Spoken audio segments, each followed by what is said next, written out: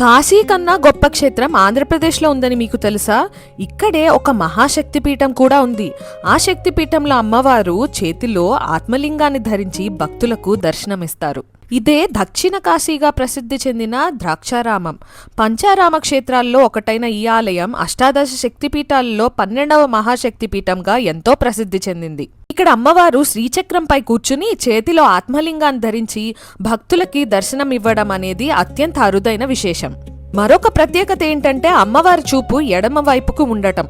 పూర్వం ఇక్కడ వామాచార పద్ధతిలో పూజలు జరిగేవని దీనికి సంకేతంగా చెబుతారు. ఇక్కడ పరమేశ్వరుడు 9 అడుగుల స్ఫటికలింగ రూపంలో శ్రీ భీమేశ్వర స్వామిగా కొలువై ఉన్నారు.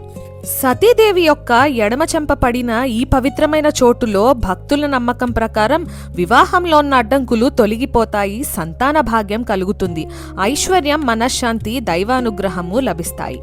మాణిక్యాలతో మెరిసే ఆ మాణిక్యాంబ పిలిస్తేనే ఇక్కడికి రావడం సాధ్యమంటారు. మీకు కూడా మాణిక్యాంబ తల్లి పిలుపు త్వరలోనే వస్తుందని నేను మనస్ఫూర్తిగా నమ్ముతున్నాను.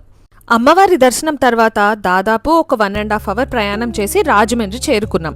సాయంకాలం గోదావరి నది చూడండి ఎంత బాగుందో.